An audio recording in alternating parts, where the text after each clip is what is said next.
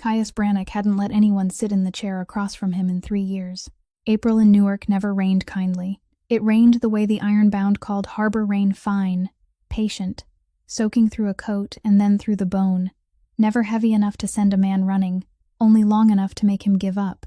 That night, when the city had run down to its last hour and nothing was left but the horns drifting up from the port, he left money under his coffee cup at table 9, the way he always did, and walked out the back door of Halloran's diner to where his car was parked. He heard it before he saw it. Not a scream. The sound that's left after a person has spent all the screaming they had, just breath, and something in it that still refused to go out.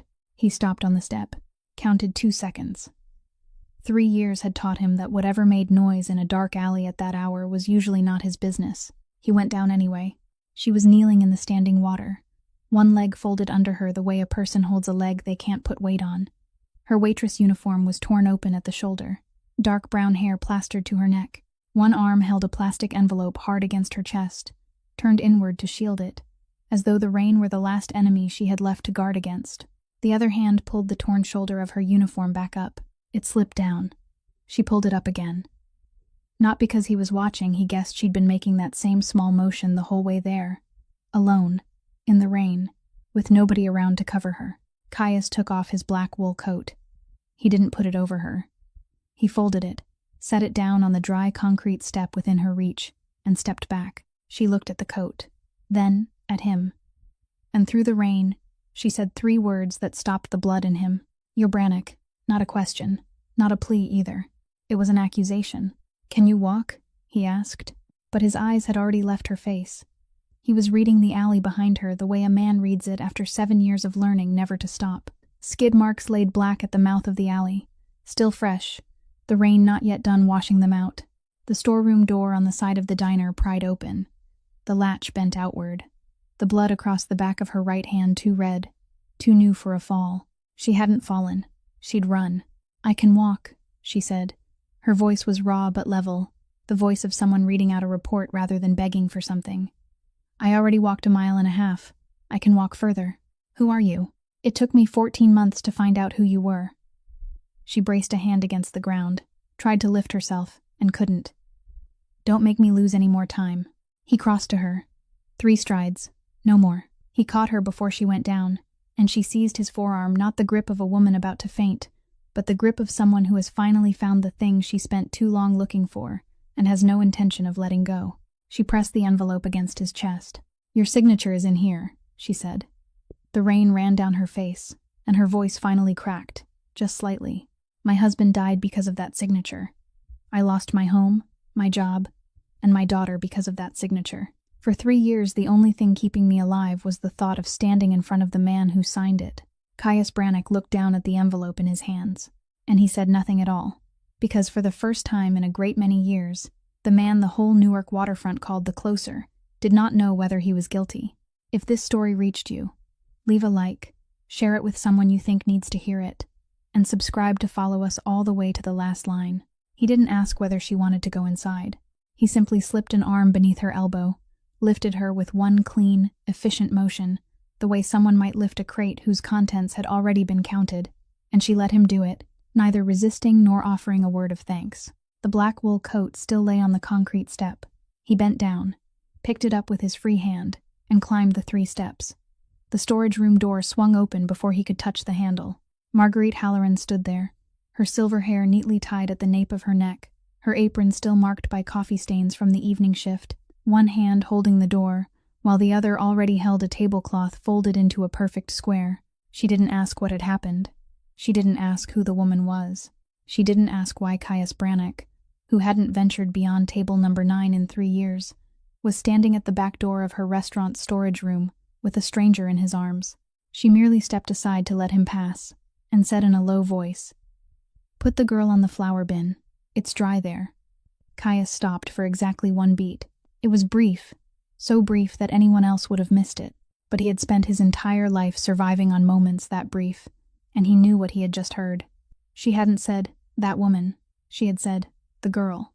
He didn't ask. He set Delaney down on the flower bin against the wall, beneath an incandescent bulb hanging crookedly to one side. Amid the sour smell of vinegar and damp cardboard in a storage room that had been there longer than most of the people still living in the neighborhood. Mrs. Halloran placed the tablecloth beside her, brought over a bowl of warm water, then walked out and closed the door behind her. She didn't look back. Delaney sat with her back straight. That was the first thing he noticed, because people didn't sit straight after running 2 kilometers through the rain. They slumped, they trembled, but she sat as though waiting for her turn in some clinic, her shoulders square, her chin held at precisely the right height, her right hand resting palm up on her lap, because she knew that if she turned it over, blood would stain her dress. He pulled over a plastic chair, sat across from her, and took hold of her wrist. The cut ran along the back of her hand. It wasn't deep, but it was long, with ragged edges rather than clean ones, the kind of wound caused by old metal with a raised ridge. He had seen enough wounds like it that he didn't need to ask. He dipped the corner of the tablecloth into the warm water, wrung it out, and began wiping the blood away. His hand was larger than it needed to be for this. There was a hard callus on his thumb, in a place where no one developed calluses from merely signing papers. For 3 years, the only thing that hand had done with another person was place a sheet of paper on a table and push it toward them.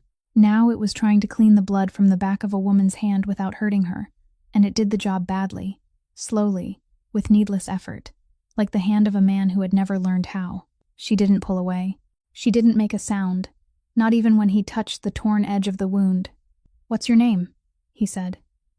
It wasn't a question. "Delaney Rourke." He nodded and continued wiping. "You said you lost 14 months. 14 months and 3 weeks. Her voice remained even, with no emphasis anywhere, the voice of someone reciting a number she had repeated so many times that it no longer carried any feeling. "I started with a name.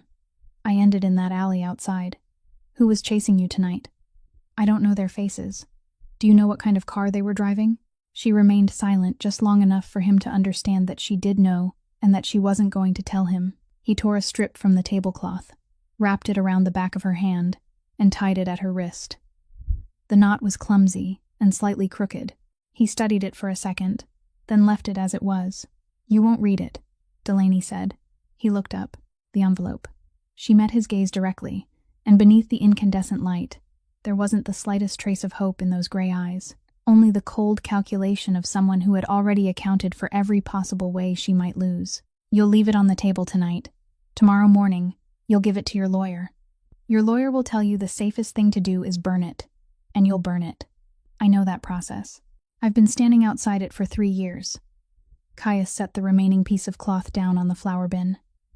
"Then why did you give it to me?" "Because I have nowhere left to go." She said it as calmly as if she were reporting the weather, "and because I want to see your face when you find the name inside." He didn't answer. He didn't promise to read it, didn't promise to keep it, and didn't promise to help. He hadn't made a promise to anyone in 3 years, and he had no intention of breaking that rule because of one cleverly chosen sentence in a storage room. He rose, picked up the plastic envelope from the top of the bin, and walked to the door. Outside in the back lot, the rain had softened into a fine mist suspended in the air. Her car sat at an angle beneath a street lamp, the doors unlocked, the left window clouded from the warmth trapped inside. On the back seat lay a blanket folded into a neat square, all 4 edges straight, the kind of fold made by someone who folded it every day. Beside it was a clear plastic box, with the lid tightly sealed. Inside were a toothbrush and a tube of toothpaste, rolled tightly from the bottom.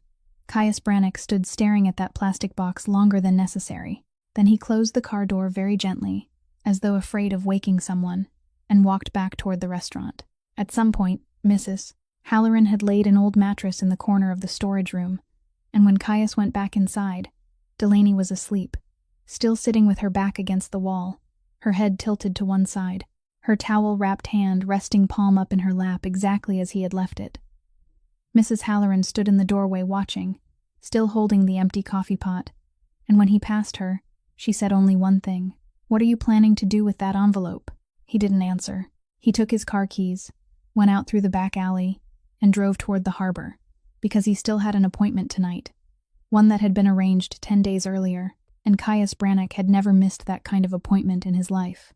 Pier 12 stood at the eastern edge of Port Newark, where rows of shipping containers were stacked into iron walls so high they blocked out the city lights, leaving behind only the shriek of cranes moving along their rails and the smell of diesel clinging to everything. The lights were on inside warehouse number 4. Two of his men stood about 4 steps apart, their arms hanging loosely at their sides, holding nothing, because in a place like this, no one needed to hold anything. Between them stood a long wooden table, and a man named Emmett Doyle, 51 years old, the owner of 3 small freight routes, who had taken Brannock's money to buy additional tractor units, and then used that money to pay off another debt he thought Caius would never discover. Doyle stood when Caius entered. Then he sat down. Then he stood again, and finally he dropped to his knees on the concrete floor, braced both hands in front of him, and began speaking very quickly. He talked about interest rates. He talked about a contract that had been canceled in Elizabeth. He said he only needed 3 months, perhaps 2, and that he had a connection in Bayonne who was about to sign an agreement. He spoke until there was nothing left he could possibly say, and then he said his wife's name, and after that, he fell silent. Caius didn't hit him. He didn't raise his voice. He didn't even look at him during any of it. Instead, he studied the drainage pipe running along the warehouse ceiling, where a rust stain had formed in the shape of a hand. Only when Doyle had gone completely silent did Caius pull out a chair and sit down, open the leather briefcase on the table, remove a packet of papers that had already been stapled together, and slide it across the wood toward the kneeling man. Doyle didn't dare reach for it. He merely lowered his eyes to the first page, and his face lost its color in the span of a single breath, because it was the deed transferring ownership of the 2-story house in Kearney, where he had lived for 22 years, already completed, already notarized, lacking only one signature on the final line. Of all the things Doyle had imagined during the past 10 days, this had never been one of them. "I'm not signing it," Doyle said. His voice was very quiet. "You can't make me sign it." Caius placed the pen on the document with its tip pointing toward him and spoke in an ordinary voice, the kind someone might use while reading out a telephone number for another person to write down. "You have a daughter."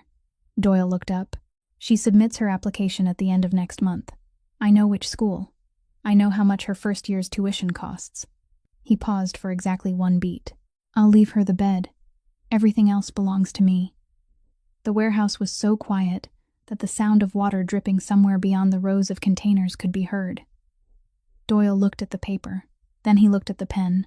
Then he picked it up, and his hand trembled so violently that he had to brace his entire wrist against the table before he could sign. When he had finished, he collapsed onto the floor, covered his face with both hands, and made no sound. Caius picked up the packet, blew gently across the ink to dry it, folded the papers, and returned them to his briefcase. He didn't say another word. He offered no explanation. He made no further threats, because to him, threats were for men who weren't certain they could do what they said. He rose, pushed the chair neatly back against the edge of the table, signaled to his 2 men with 2 fingers, then walked out of the warehouse, crossed the yard where puddles reflected the crane lights, opened his car door, and settled behind the wheel. The leather briefcase rested on the seat beside him. Beneath it, lying where he had placed it when he left the restaurant, was the plastic envelope, still damp, its lower corner swollen from the rain. He started the engine. He didn't open it.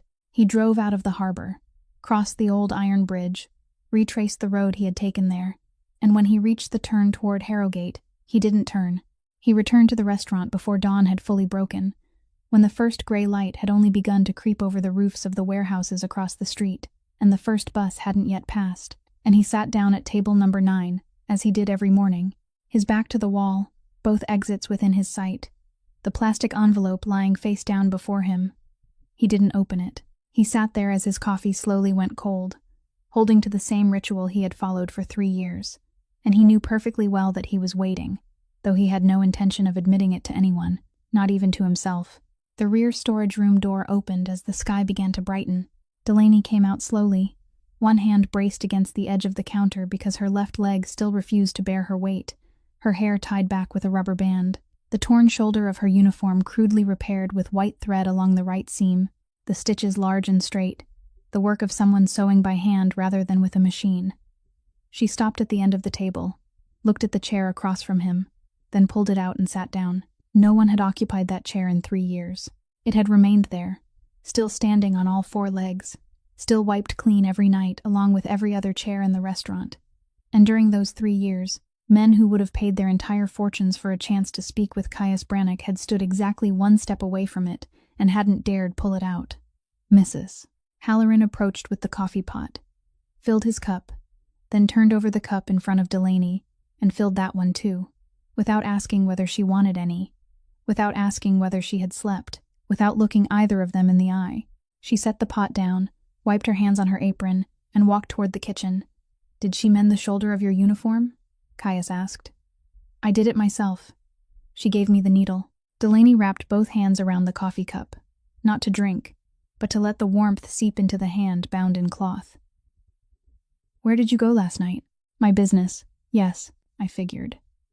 She looked at the envelope lying face down on the table, still exactly where he had placed it when he sat down, its lower edge slightly swollen from the water it had absorbed. "You haven't opened it." "No." "Are you afraid?" He lifted his cup, took a sip, and set it down. "What do you think you're doing here, Miss Rourke?" "I'm sitting." "You're sitting in the restaurant of a man this entire harbor calls by a name they don't dare say aloud. You sleep in his storage room. You eat his food. Then you sit in this chair and ask whether I'm afraid." He said every word in the same flat, unchanging tone, the voice of a man reading from a price list. "Do you understand what happens to other people when they speak to me that way?" "Yes." "Then why do you keep doing it?" Delaney set her cup down. She looked directly into his eyes, and this time there was nothing in hers. No fear, no defiance, not even the stubbornness he had seen in people who believed they were brave until the moment came when they truly had to pay the price. There was only the quiet emptiness of someone who had finished taking stock of everything she owned and knew exactly how little remained. "Because you don't have anything left to take from me," she said. "I've lost my home. I've lost my job. I've lost my husband. I've even lost the right to sign my daughter's medical forms. You can only threaten people who still have something left to hold on to." She gave a very small shrug. "I've already lost everything, so there's nothing you can use to frighten me." Across the restaurant, grease crackled in a pan. The first bus passed outside the window, its interior lights still glowing, with almost no one aboard. Caius watched her for a long time. "Then you're the most dangerous person I've ever met," he said. Delaney stood. She took the thin sweater draped over the back of the chair, limped toward the door, and didn't look back. He remained seated for a while after the bell above the door had stopped trembling. Then he turned the envelope over, tore open the top edge, and pulled out the stack of papers inside. 3 bills of lading, a container manifest, a page from a harbor personnel list printed on a dot matrix printer. The letters slightly blurred along the right edge, and in the middle of that page, on the 11th line, a name had been crossed out in red ink, with a small approval signature in the margin. Ross Delacroix. Caius Brannock sat perfectly still. He knew that name, not from the newspapers, and not from the file on the fire the entire city had forgotten long ago. He knew it because 3 years earlier, during an evening at a restaurant on Ferry Street, sometime between the main course and dessert, a man sitting across from him had slid a sheet of paper over the table and said he needed a very small favor, nothing more than removing one name from the harbor access list, an internal personnel matter that wasn't worth wasting time over. And Caius had signed it. He hadn't asked who the name belonged to.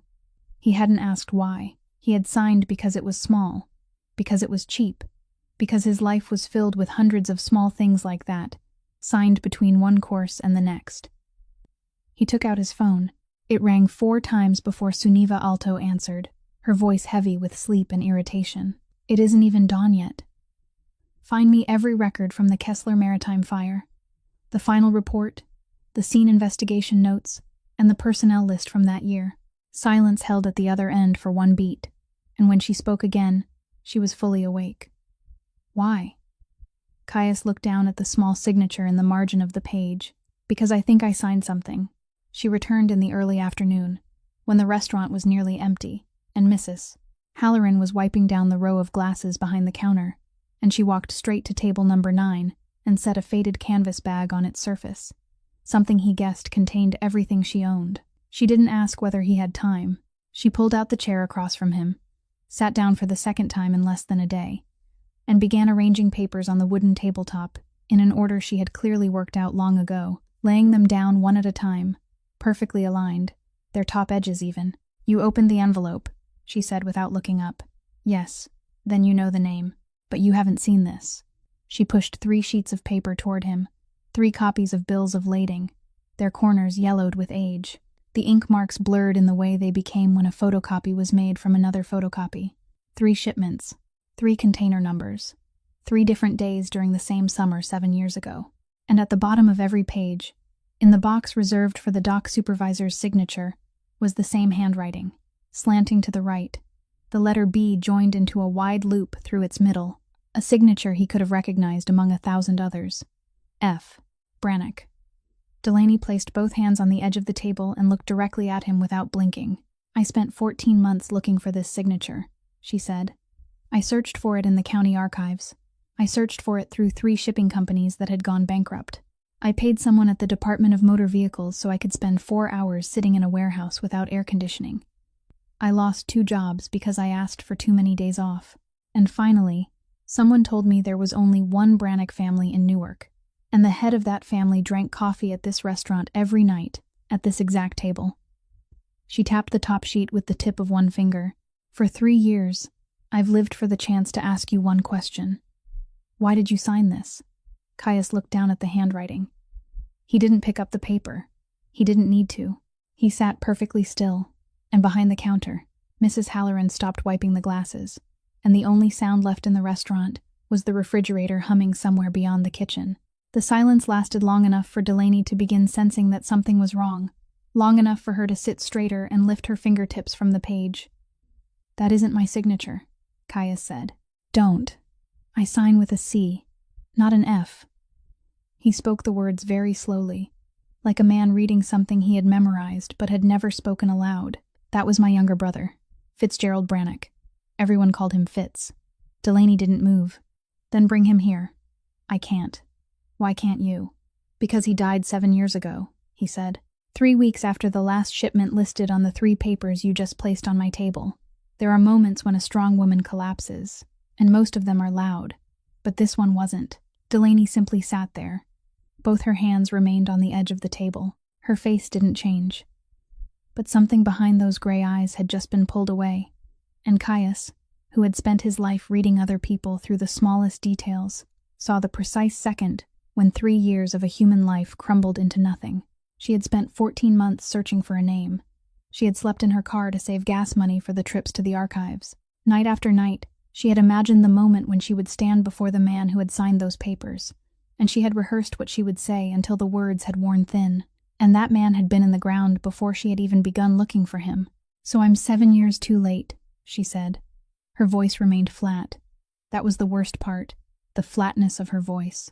"You're 7 years too late." She lowered her gaze and gathered the 3 bills of lading, her hands moving with careful, orderly precision, their top edges even just as they had been when she laid them out, because it was the only thing she still had the power to control. The bell above the restaurant door rang. Suniva Alto stepped inside with her coat draped over one arm and a thick file tucked beneath the other, dark circles beneath her eyes marking a sleepless night spent in an archive room, and she stopped for exactly half a step when she saw someone sitting in the chair across from Caius Brannock. She didn't ask. She walked over, set the file on the table, pulled out the chair beside him, sat down, and said, "The Kessler Maritime Fire Records, the final report, the scene investigation notes, the photographs, and the personnel list from that year. I read everything." She pulled out a thin packet and slid it toward him. The official conclusion was an electrical short in the control panel on the 2nd floor.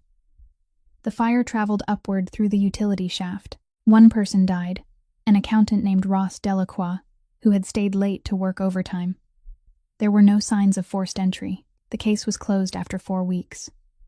Delaney remained motionless at the far end of the table, and no one told her to leave. "Then it's over," Caius said. "It isn't over," Suniva said. She turned to a page near the end, rotated the packet, and placed the tip of one finger on a typed line buried inside a long paragraph filled with technical language, a line anyone skimming the file would have overlooked, and perhaps everyone had for the past 3 years. "The fire crew's scene report," she said. "The rear emergency exit. They noted that when they arrived, the door was locked, and the bolt was on the outside. All 3 of them were still bent over that typed line when the bell above the restaurant door rang again, and this time Suniva was the first to look up, because she had learned long ago that people never entered a diner like this at 3 o'clock in the afternoon, in pairs wearing matching coats. 2 men stood in the doorway. They didn't order anything, and they didn't sit down. The man in front was tall, with closely cropped hair, one hand resting loosely on his belt in the manner of someone who had something holstered at his side. The other man was younger and stood slightly behind him, his eyes sweeping across the restaurant before coming to rest on table number 9.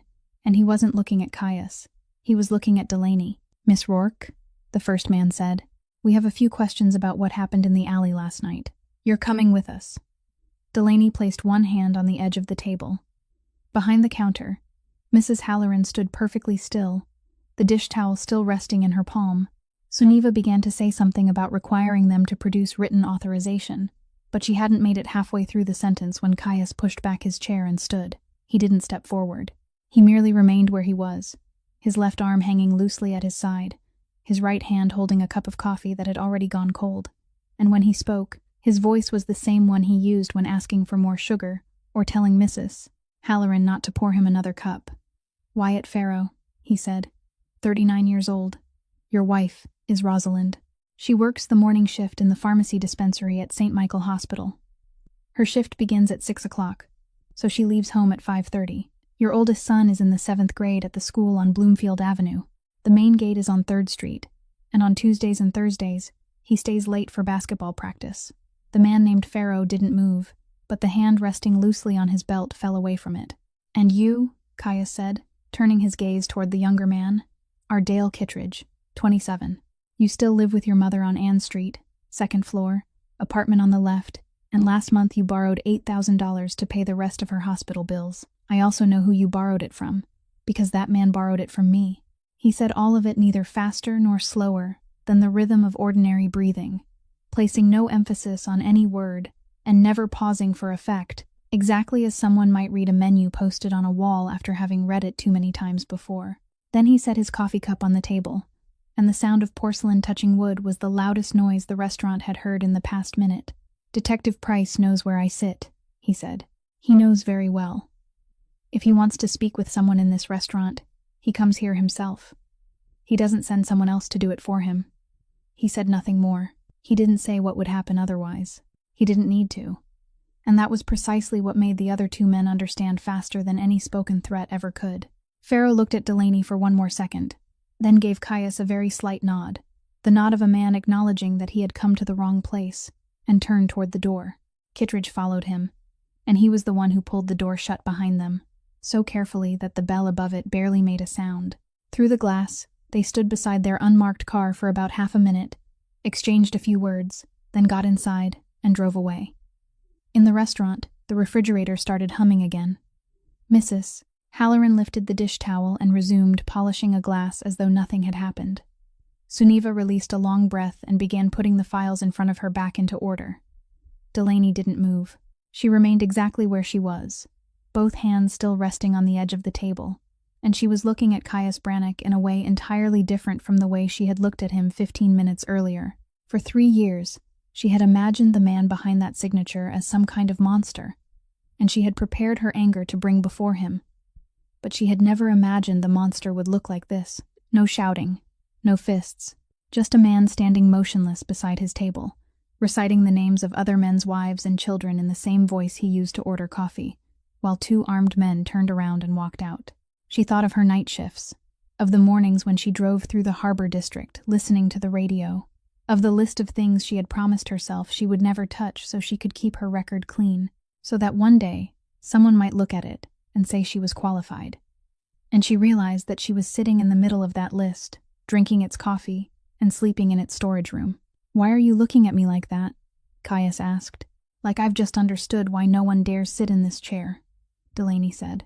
She rose before he had time to answer, offered Suniva a brief apology, then took a faded, flexible plastic wallet from her canvas bag and walked toward the door.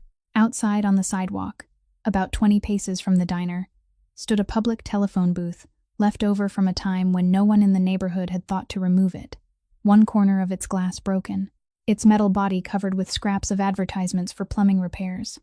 Delaney opened the wallet, counted the coins in the zippered compartment, then counted them a second time.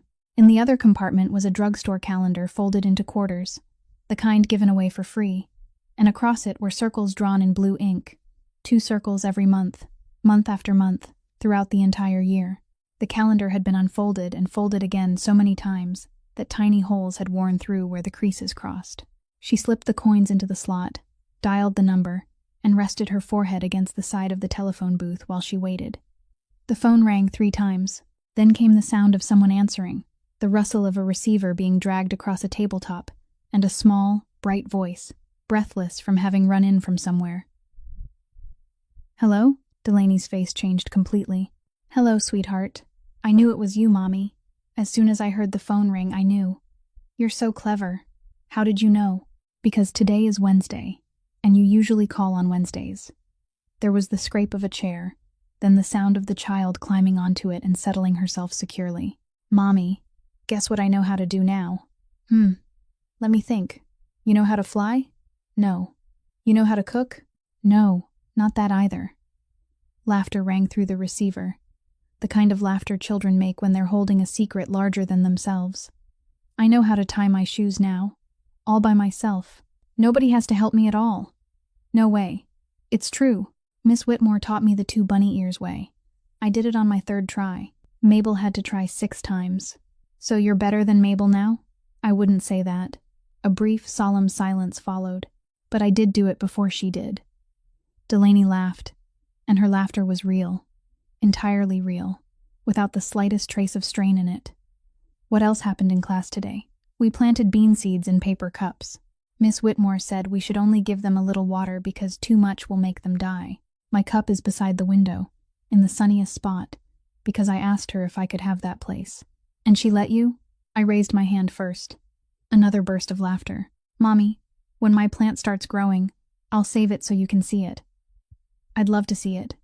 And I drew a picture too. It has a dog and a house. The dog is purple because my brown crayon broke. A purple dog is much more special than a brown dog. "That's what I think too." Someone called from far away, and the little girl's voice turned slightly from the receiver before returning. "I have to go eat dinner now." "All right, go have your dinner. Eat everything." "I always eat everything, except the carrots. The carrots too." "I'll try." A moment of silence passed. "Mommy." "Yes? Can I tie my shoes again so you can watch me?" "Next time, I mean." "Of course," Delaney said. "Next time, you can show me how you tie them." The call ended. A long tone sounded through the receiver, and Delaney remained in the same position for a while, holding it against her ear, listening to one tone after another until the phone disconnected itself. Then she returned the receiver to its cradle, closed the wallet, and walked toward the car parked beneath a streetlight. She slipped into the driver's seat, closed the door, and didn't start the engine. She merely sat there with both hands resting on the steering wheel, staring through the windshield at the brick wall of the printing shop across the street. She didn't cry aloud. She didn't raise a hand to her face. She didn't move at all. She sat with the stillness of someone who knew that if she moved even a little, everything would collapse. Evening slowly settled over the Ironbound. The streetlights came on one by one along the road. Through the diner window, Caius Brannock watched her. He had been standing there since the moment she slipped the coins into the telephone, and he had seen her face change when someone answered. He had watched her smile, and then he had watched her smile again. Now he watched her motionless silhouette inside the car, and he didn't go outside. He didn't knock on the window. He didn't ask whether she was all right. He didn't ask how old the little girl was, or why a mother had to call her own child from a public telephone booth with coins she had counted twice. He simply stood there behind the glass, holding a cup of coffee that had gone cold long ago, and allowed her to keep that quiet moment for herself. "Mrs." Halloran passed behind him carrying a stack of clean plates, paused for a second, then continued on without saying a word. Sunniva found the place the following morning, a small accounting firm in Camden that had closed long ago but still kept its paper archives in the basement of a rented office building, and among those records were copies of Kessler Maritime's books from the years when the company had hired the firm to audit its documents. She said those copies would contain what the official records didn't, an itemized list of payments for each container, and if the 3 shipments on Delaney's bills of lading had been paid through an account different from the one used for ordinary shipments, they would see it immediately. She also said the person who held the key to the archive would only open it after business hours, and that she couldn't go because she had to appear at county court that afternoon. So in the end, there were only 2 people in the car. The drive down to Camden took more than an hour, following the southern industrial corridor past sheet metal warehouses and yards where shipping containers stood in long rows beneath a pale April sky. Delaney sat in the passenger seat with her canvas bag resting on her lap, and neither of them spoke during the first half of the journey. She was the one who finally broke the silence. "You were standing at the window yesterday." "Yes." "How long were you there?" "Long enough." She looked outside. "You didn't ask me anything. Did you want me to ask?" "No." "Then there you have it." They drove on for a while. Ahead of them, the sun had fallen low, and the light was beginning to take on the muted golden color of late afternoon near the river estuary. "What's the little girl's name?" he asked. "June, 6 years old. You guessed that? You counted your change twice before you dialed. People only do that when they're afraid the call will be cut off before they finish." He changed lanes, passed a tanker truck, then moved back into his former lane, and there was a calendar with dates circled inside your wallet. Delaney turned to look at him. "When did you see the calendar?" "When you opened your wallet outside the diner. I wasn't trying to, but you still looked." "I look at everything," he said. "It's what I do. I don't know how to choose anymore." She was quiet for a moment, then said, 2 days, the first and third Saturdays of every month, from 9 o'clock in the morning until 11, at the park near her grandmother's house. Someone from the court sits one bench away and takes notes." She recited the information in the voice of someone repeating something memorized, without emphasis and without pause, the same voice she had used in the diner's storage room on the first night. "I'm listed in the court record as a visitor." Not her mother. A visitor. Caius said nothing. He didn't tell her he was sorry, because he had heard those words often enough in his life to know they never changed anything. They crossed a bridge, and the sound of the tires shifted against the iron roadway before returning to normal. "What about your brother?" Delaney asked. He didn't answer immediately. He kept his eyes on the road, and the position of his hands on the steering wheel didn't change, but she saw his knuckles turn a little whiter. "Fitz was 11 years younger than me," he said. "He had no part in my work. I kept him out of it from the beginning. He went to community college, worked evening shifts wherever he could, and for a while he washed dishes at a restaurant somewhere around here. I let him keep doing it because I thought that was how I was keeping him clean."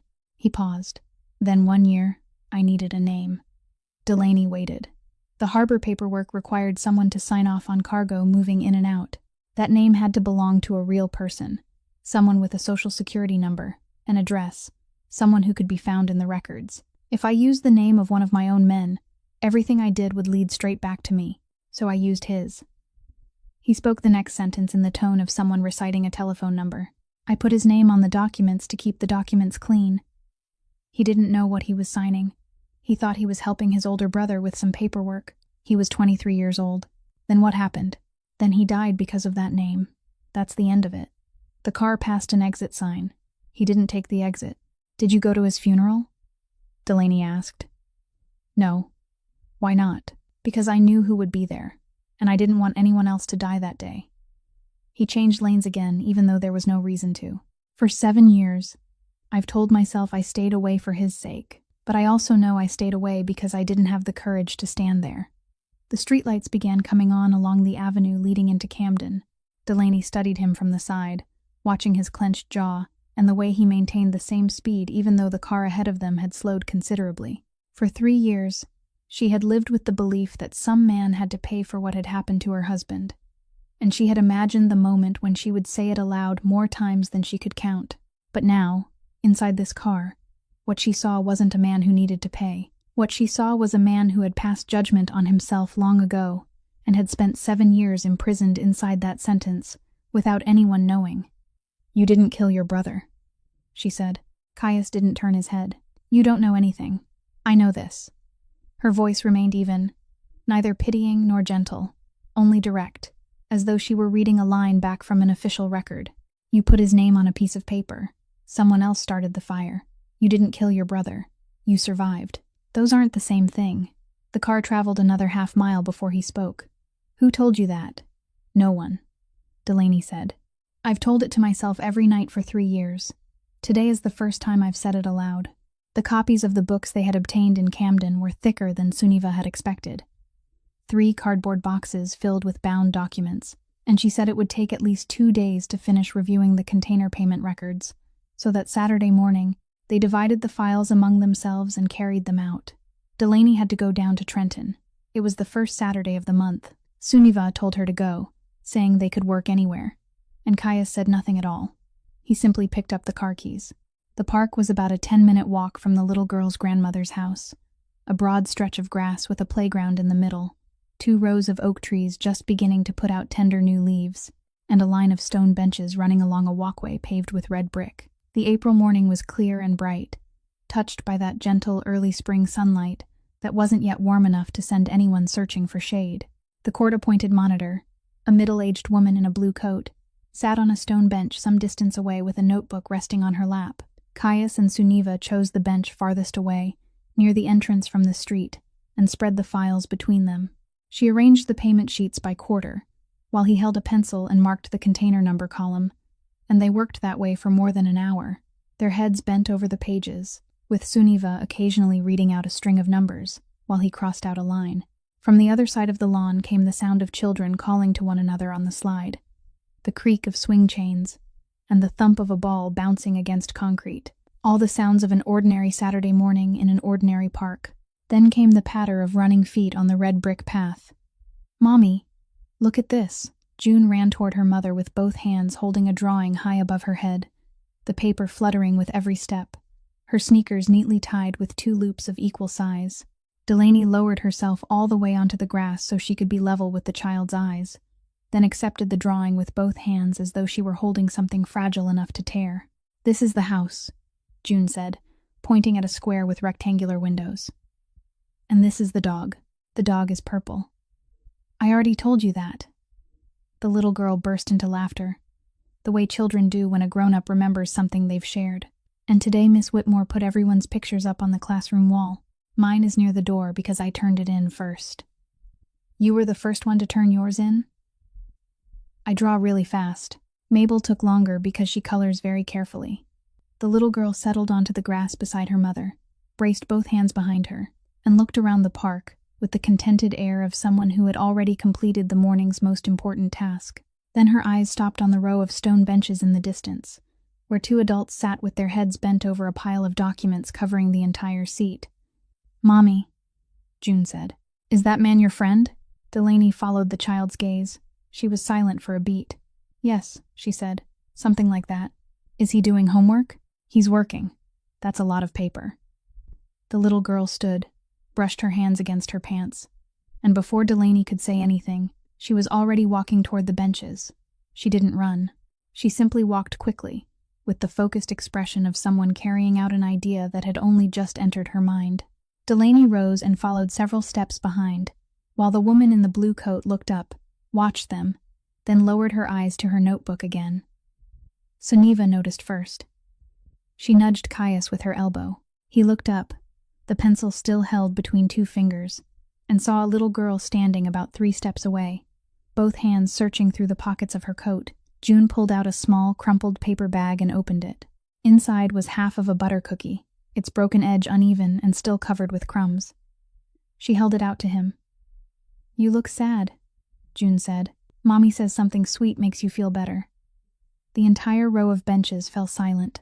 Suniva Alto, who had sat through dozens of meetings where no one dared utter a word before Caius Brannick had spoken, stopped turning the page. Caius looked down at the small hand extended toward him, at the half cookie resting inside the crumpled paper. And for one brief moment, he didn't know what to do with his own hands. He set down the pencil. Then he reached out, took the cookie, and said, "Thank you. You have to eat it." "I will. Right now." He took a small bite, and June nodded with the satisfied expression of someone who had just taken care of something necessary, then turned and ran back toward her mother, calling over her shoulder that she wanted to play on the swings before their time was over. Delaney remained there for one more second. She looked at Caius. He didn't look at her. He was still sitting with half a cookie in his hand, unable to say a single word, the man whose passing could silence the entire Newark waterfront. Suniva lowered her gaze to the files and turned to the next page without saying anything, and she did it very slowly, as though she were giving someone a little more time. After Delaney had disappeared toward the playground, Caius ate the rest of the cookie. Then he smoothed the wrapper flat against his knee, folded it into quarters, and slipped it into his wallet. They returned to the diner after nightfall, and Suniva didn't wait for anyone to sit down. She pulled 2 chairs closer to table number 9, stood the 3 files upright in a row, and opened the middle one to the exact page she had marked with a slip of paper. "I've finished reviewing the payments," she said. "The 3 shipments listed on your bills of lading were all paid from an account different from the one used for ordinary shipments. That's what I went looking for, and I found it." She raised her eyes to Delaney. "But I found something else too, and I need you to sit down before I tell you. I can hear you just as well standing up." "Sit down, Miss Rourke." Delaney sat. Suniva turned the file around and placed her finger on the last column on the right, the column for internal approval signatures, where every line bore a small handwritten signature in blue ink. These 3 shipments had to pass through 2 levels of approval. The outer level belonged to the harbor supervisor. That's where the name Fitzbrannock appears. The inner level belonged to the company accountant, the person who confirmed that the documents matched the books. She paused. On all 3 lines, the signature at the inner level is the same, Ross Delacroix. No one spoke. Behind the counter, Mrs. Halloran set the cup she had been drying down on the wooden surface, very gently. The signatures are dated 4 months before he sent his letter exposing the operation to the federal authorities. Suniva continued, speaking in the flat, professional voice of someone who had learned that saying a painful truth plainly once was kinder than drawing it out. "That means he approved those 3 shipments first. Then, 4 months later, he reported the very shipments he had signed." Delaney didn't move. She stared at the column of blue ink signatures, at those 3 lines, and she stared for a very long time, the way someone stares while waiting for the words on a page to change of their own accord. "No," she said. "Miss Rourke, that isn't his handwriting. You know perfectly well it is." Delaney surged to her feet, and the chair toppled backward, striking the tiled floor. 3 years, she said. And for the first time since that night in the alley, her voice was no longer flat. "For 3 years, I've gone around telling everyone that my husband was innocent. I told the lawyers. I told the court. I told the people at the welfare office when they asked why I didn't have a home. I stood in a room with 8 people and told them my husband was a good man and that he had been framed. I lost custody of my child because I refused to sign a paper saying he was guilty." She turned toward Caius. "And you sat there." "Sat where?" "At this table. For 3 years, drinking coffee." She pointed toward the counter, and her hand was trembling. "Mrs. Halloran takes money from you, doesn't she? Yesterday, I asked her why this diner never runs out of supplies when it hardly has any customers, and she said nothing. That's your money. It has been all along, for 3 years." "Yes," Caius said. "You pay for the diner where my husband used to eat breakfast. I didn't know where your husband used to sit. But you knew where your money came from." She took 1 step toward him. "I sleep in your storage room. I eat your food. My daughter gave you half her cookie today." Her voice broke there, and she stopped, clasped both hands tightly together, then forced herself to finish. "And now it turns out my husband was no different from any of you." Caius stood. He didn't move toward her. He picked up the fallen chair, pushed it back into its proper place, and only then did he speak. "Do you know what happens at this harbor when an accountant refuses to sign? I don't need you to lecture me. They don't threaten him. They threaten something else." He spoke slowly, never raising his voice. "They make him understand that if he doesn't sign, the company will cancel his family's insurance policy the following month, and 3 months later, his name will be placed on a list, and no company in this state will ever hire him again. Then he sits at home that evening and looks at his wife, looks toward the room where his 3-year-old daughter is sleeping, and he signs." Delaney shook her head. "Then he was a coward." "Yes," Caius said. "The first time he was." He looked directly at her. "But 4 months later, he sat down and wrote a letter to the federal authorities, disclosing his own signatures in it, knowing full well that if the truth came out, he would go to prison too. No one forced him to do that. No one paid him to do it. He did it because he couldn't sleep."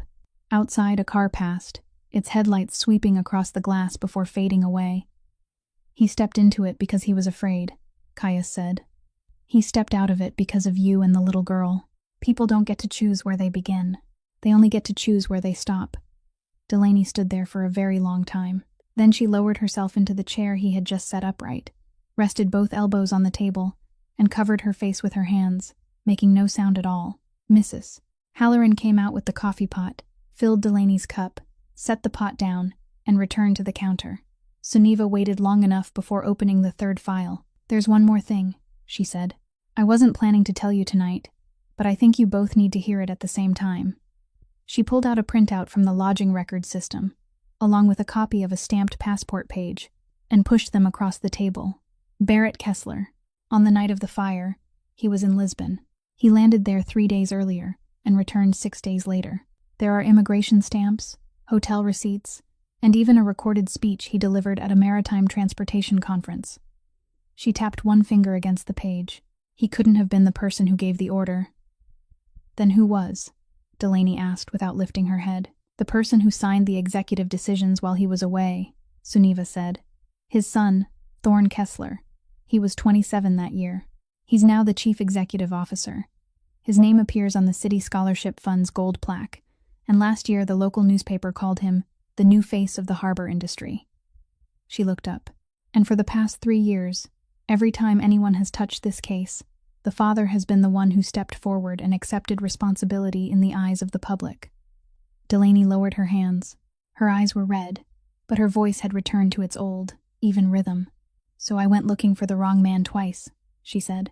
"The other 2 boxes of records were still in the basement in Camden, and Suniva needed the originals, not copies, if she intended to place any of them before a federal judge. So the following evening, they went down there again, gathered every document, loaded them into the trunk, and headed back after the roads had emptied." Delaney sat in the passenger seat with a file held against her lap, and neither of them spoke during the first part of the drive, because the argument from the night before still lingered inside the car like an odor that hadn't yet faded. The first sport utility vehicle appeared as they passed through Elizabeth. Caius noticed it, not because it followed closely, but because it followed steadily, maintaining a distance of exactly 3 cars through 4 consecutive lane changes, and no one driving at that hour had that much patience. He said nothing. He simply moved into the far lane, accelerated slightly, then slowed down. The sport utility vehicle did exactly the same. "Someone's following us," Delaney said. "Yes." "Since when?" "Since the gas station." The second vehicle merged onto the road from the Route 21 entrance without signaling, cut across 2 lanes to settle behind them, and by then, there was nothing left to guess. That stretch of road descended beneath a series of concrete overpasses, with high retaining walls on both sides, no exit for more than a mile, and widely spaced streetlights, with one dark pole appearing every so often. The vehicle behind them moved closer. The one ahead began to slow down. Caius placed both hands on the steering wheel. "Fasten your seatbelt. It's already fastened. If I tell you to get down, get down. Don't ask questions." He accelerated, swerved into the inside lane, and the sport utility vehicle ahead moved with him, forcing them toward the retaining wall on the right. The vehicle behind came so close that its headlights flooded the rearview mirror and turned the entire cabin into a blaze of blinding white light. Caius slammed on the brakes, eased off, then pressed down again, slipping through the opening that had formed between the 2 vehicles, and for the next 3 seconds, they managed to pull half the length of the car ahead before the other 2 closed in around them once more. Delaney didn't scream. She didn't grab the handle above the door. She bent down, opened her purse, pulled out her phone, and dialed a number without looking at the keypad, because it was the only number she knew by heart besides the number at the little girl's grandmother's house. The number the announcer repeated after every traffic report, every 15 minutes, every night, throughout the 3 years she had driven home after her shift, with the radio playing softly to keep herself from falling asleep. The phone rang once. "WKNJ traffic. Hello. I'm traveling north on Route 21, beneath the overpass just past the Elizabeth entrance," Delaney said, and her voice had become that old, flat voice again, the voice she used when making a report, every word clear and precise. "2 dark sport utility vehicles are forcing another car toward the retaining wall. I'm going to read you their license plates. Hold on. I'm putting you on the air." There was a click. Then the program's background music dropped to a murmur, and the dispatcher's voice shifted into the practiced tone of a broadcaster. "We've just received a live call from Route 21. Go ahead, ma'am." Delaney turned and looked through the rear window, then slowly and clearly read out the license plate of the vehicle behind them, 1 character at a time. Then she looked into the right side mirror and read the plate of the other vehicle. "These 2 vehicles are driving side by side and boxing in a dark sedan. If any patrol units are near the area, please respond immediately. Please stay on the line with me." Inside the car, The same voice was coming through the dashboard speakers, because the radio was still playing quietly out of habit, and Caius heard the license plates of the vehicles behind him being broadcast throughout the entire Newark metropolitan area, twice, distinctly, along with the announcement that police patrols were being notified.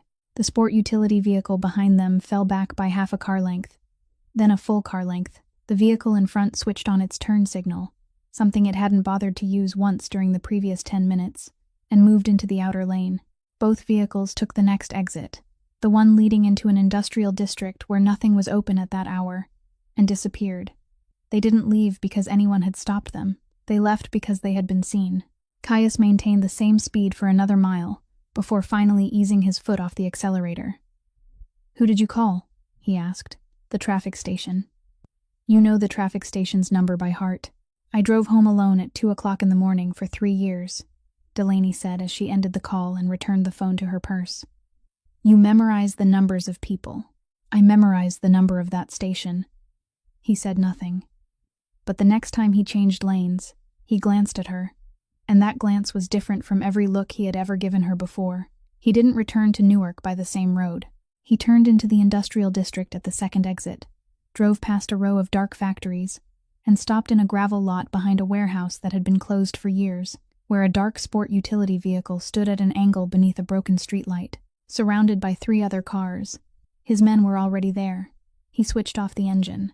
"Stay in the car," he said. "What are you going to do?" "Stay in the car, Miss Rourke." He stepped out, closed the door, and walked toward the cluster of vehicles. Delaney remained exactly where she was. The windows were closed, but the glass wasn't thick enough. She heard footsteps crunching across the gravel. She heard a car door being pulled open. She heard a man say something very quickly, his voice rising, and then the voice was abruptly cut off. She stared straight through the windshield at the corrugated metal wall of the warehouse, and she didn't turn around, not even once, throughout all that followed. Then the sounds stopped. The car door opened. Caius settled into the driver's seat, straightened the cuff of his right sleeve, and started the engine. "Let's go." "What did you do?" He checked the rearview mirror before backing out. "Do you really want to know?" Delaney opened her mouth. She thought of June and the 2 equally tied bows, of the woman in the blue coat, sitting one bench away with a notebook on her lap, of the line in the court record that called her a visitor. "No," she said. The car rolled out of the gravel lot, and for the rest of the drive back to Newark, Delaney Rourke sat in silence with both hands resting on the file in her lap, hating herself for the answer she had just given more than she had ever hated herself for anything she had done. By the time they returned to the diner, it was well past midnight, and Suniva was already seated at table number 9, with the harbor personnel roster she had requested from the Port Authority's archived records. She watched the 2 of them walk in, noticed the bits of gravel clinging to the cuffs of Caius's pants, and asked no questions. She merely pushed a sheet of paper into the middle of the table, a printed extract from the access card system logs, and said, "I found the date. Do you want to hear it now, or wait until tomorrow?" "Now," Caius said. "She's here, so read it." Suniva gave Delaney a quick glance, then lowered her eyes to the paper. Ross Delacroix's harbor access card was deactivated exactly 11 days before the night of the fire. The reason recorded in the system was a personnel adjustment. The adjustment was approved by the terminal authority, and the original request is stored in the external archives, not in the fire investigation file. She placed a second sheet beside the first. "I obtained the original this afternoon. There's an approval signature in the margin." Caius didn't pick up the paper. He looked at it from where he sat, and the diner was so quiet that they could hear Mrs. Halloran closing the refrigerator door in the kitchen. "You recognize that signature," Suniva said. It wasn't a question. "Yes. Do you want me to step outside?" "No." He pushed his chair back slightly and sat straighter, and Delaney noticed that he made the movement exactly as someone might adjust his posture before entering a room he knew he wouldn't leave in one piece. He turned toward her. "I need to tell you something. Hear all of it before you say anything." Delaney set the file down on the table. 3 years ago, I had dinner one evening with Barrett Kessler at a restaurant on Ferry Street, he said. It was an important business. He wanted to discuss a barge route, and I wanted him to stop driving up the loading rates on the eastern side. We finished the main course. As the plates were being cleared, he took a sheet of paper from his briefcase and pushed it across the table to me. Caius spoke slowly, without looking at her, his eyes fixed on the wooden tabletop. He said he needed a very small favor. One of his accountants was causing trouble, asking too many questions, demanding to see records that weren't his concern. He said he didn't want to fire the man because then he would have to explain it to the board. He only wanted the man's harbor access revoked, so he would stay in the office and stop wandering around. Delaney didn't move. That required approval from the terminal authority, Caius said. That year, the terminal authority listened to me, so I signed in the margin, 3 seconds, between the main course and coffee. He paused. I didn't ask who the man was. I didn't ask why. I didn't even read the entire page. In my life, hundreds of small things like that have been signed over dinner, and this was smaller than most. Outside, a car passed, and then the sound faded completely. That man was your husband, he said. Delaney remained still. Without an access card, he couldn't enter through the main door. Caius continued, his voice maintaining the same even rhythm, neither quickening nor slowing, because he knew that if he allowed it to falter anywhere, he wouldn't be able to finish. The main entrance had a card reader. That night, he stayed late to work. He went outside, perhaps to get something, perhaps to go to his car. I don't know. When he came back, his card no longer worked. So he went around to the rear entrance. Suniva sat perfectly still, both hands resting on the file. The rear entrance was the only way left, Caius said, and its latch was on the outside.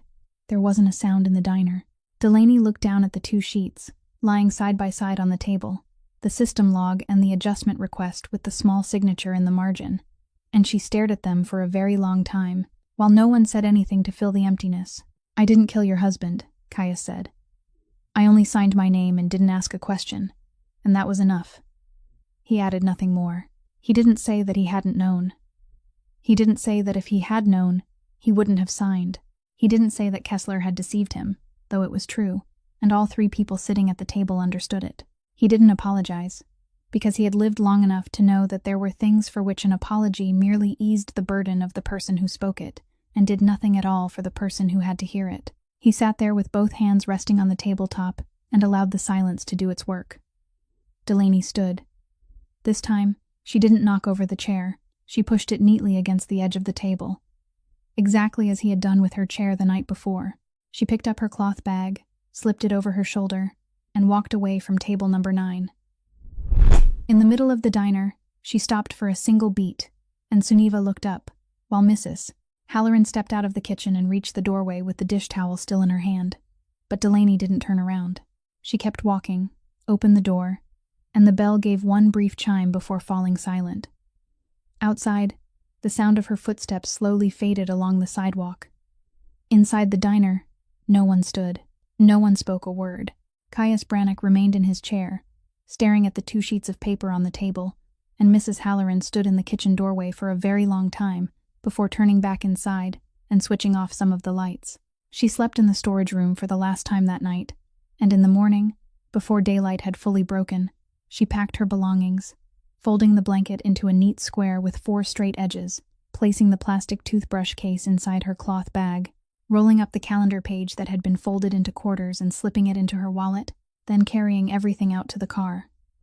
She didn't go into the diner to say goodbye to anyone. She settled behind the wheel, inserted the key, and sat motionless for a while with one hand resting on it without turning it, because she still didn't know where she was going. She knew only one thing for certain. She couldn't remain on this street for another day. A knock sounded against the passenger side window. Mrs. Marguerite Halloran stood outside, still wearing her apron, an old faded brown paper envelope in one hand. She didn't wave or gesture. She simply waited. Delaney lowered the window. "Where are you going?" Mrs. Halloran asked. "I don't know." "Then get out of the car." "Mrs. Halloran, get out of the car, child." She didn't say it any louder than usual, but there was something in her voice that made Delaney remove the key. They sat on the steps behind the diner, beside the dry patch of concrete where, on the first night, Caius had laid down his coat. Mrs.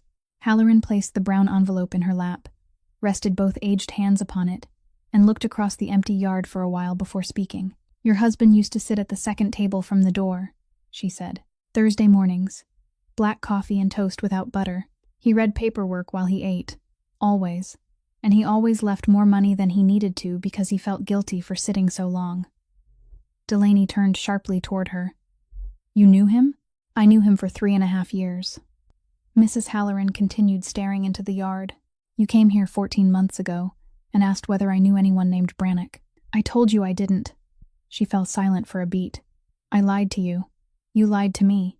Yes. Delaney sprang to her feet. You knew what I was looking for. You knew I was sleeping in my car. You let me sleep in your storage room. I let you sleep in my storage room because I didn't want you sleeping in your car anymore, Mrs. Halloran said. Sit down. Delaney remained standing. What's in that envelope? The older woman turned it over. Across the front was a faded handwritten line in slanting blue ballpoint ink. For Marguerite. If I don't return for this within a month, don't open it. Just keep it safe for me. He gave it to me on his last Thursday morning, she said. I asked him what was wrong. He said nothing was wrong, and that he would come back for it the following week. Then the next week, I read the newspaper. Delaney lowered herself onto the step. She sat down very slowly. You kept it for 3 years. I kept it for 3 years. Why didn't you give it to me?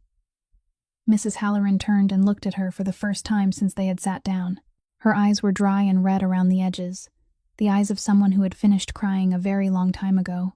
Because I knew exactly what you would do with it, she said. You would carry it all over this city.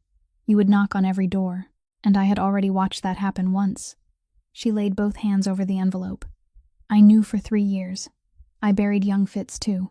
He washed dishes in the kitchen behind you when he was 20. He worked the evening shift and ate at the last table after closing. I didn't want to bury anyone else. She handed the envelope to Delaney. But last night, you walked out of this diner intending never to return, and I'm too old to wait for one more person who never comes back. So take it. There were 2 things inside the envelope. The first was a thin packet of records, copies of 3 bills of lading and a payment account statement, the evidence Ross had photographed and hidden away with his own hands before sending his letter. The second was a faded photocopied form bearing the received stamp of the Regional Federal Prosecutor's Office, dated 7 years earlier. Delaney turned it over and read the first line. Then she stopped, read it again, rose to her feet, and walked straight into the diner without closing the door behind her. Caius was still seated at table number 9, in the same place where he had been since the night before, with the cup of coffee in front of him untouched. She placed the paper before him. Mrs. Halloran kept this for 3 years, she said. But you're the one who needs to read it. He picked it up. It was the voluntary statement of a man named Fitzgerald Brannock, aged 23, submitted to the federal prosecutor's office. In it, he stated that the harbor supervisor's signature on the Kessler Maritime freight documents was his, that he had signed them without being told what they contained, and that the person who had arranged for his name to appear on those documents was his brother. At the end, in the section reserved for an additional statement, several lines had been written by hand. I know that giving this statement will cause my brother to be investigated. I'm giving it anyway. He has gone too far, and no one can pull him back anymore. I tried. This is the only way I could think of. I hope you'll offer him an agreement. He isn't a bad man. He only believes it's too late. If you give him one chance, he'll take it. I know my brother. Caius read the entire statement. Then he returned to the beginning and read it again. He said nothing. He placed the paper on the tabletop, perfectly flat and precisely aligned, then sat motionless with both hands resting on either side of it. For 7 years, he had lived beneath a sentence he had passed upon himself, and that sentence declared that he had placed his brother's name on those documents to keep his own hands clean, that his brother had died because of that name, and Caius had bowed his head and accepted the judgment for 7 years without appeal. Now he knew the judgment had been wrong. Fitz hadn't died because Caius had dragged him into it. Fitz had died because he had gone willingly. He had gone because he believed his brother could still be saved, and he had found no other way except to push Caius into the hands of the federal authorities so that his brother might still have a path back. Fitz had wagered his life on that belief, and during the 7 years that followed, the man he had believed in had used that time to become the thing the entire harbor called by a name no one dared speak aloud. Mrs. Halloran entered and stood at the head of the table without pouring any coffee. Sunniva stepped through the diner door, saw the 3 of them, and stopped without coming any closer. No one spoke for a very long time. Then Caius Brannock lifted his head and his voice was already hoarse on the first word. "Get me the number for the federal prosecutor's office," he said. Suniva worked for the next 2 days at table number 9, her laptop open on the left, 3 files stacked on the right, while Mrs. Halloran came out every hour to refill her cup without anyone needing to say a word. By the afternoon of the second day, she closed the laptop and turned a packet of printed pages toward Caius. "This is what I'll take to the prosecutor's office," she said. "Read the last page carefully." He turned to the final page. It was an inventory of the documents to be surrendered, divided into 3 groups, and the third group bore the clear heading, "Materials concerning the activities of the cooperating source." "You understand what Group 3 is, don't you?" Suniva said. "I understand. Group 1 is Kessler Maritime. That's good. Group 2 is the evidence from the fire. That's very good. Group 3 is 20 years of your life." She set down her pen. "The harbor is in there. The payments I spent 4 years making disappear on paper are in there. So is that signature in the margin of the personnel adjustment request. Once you place Group 3 on their desk, there's no road back for you, and I'm telling you this as the person who has argued your way out of everything for the last 4 years. I know. You don't have to surrender Group 3. I can build a case using only Groups 1 and 2. It'll be a little thin, but it'll still stand, and you'll keep everything you have. If the case is thin, they'll ask how the cooperating source knew so much without being involved in any of it," Caius said. "Then they'll start digging on their own, and whatever they uncover will be beyond your control. That's the technical reason." Suniva folded her arms. "I've sat across the table from you for 4 years, Brannick. You've never done anything without a reason. What's the reason this time?" He didn't answer. He turned back to the final page, read it once more, then picked up the pen, signed the authorization, and pushed the packet back toward her.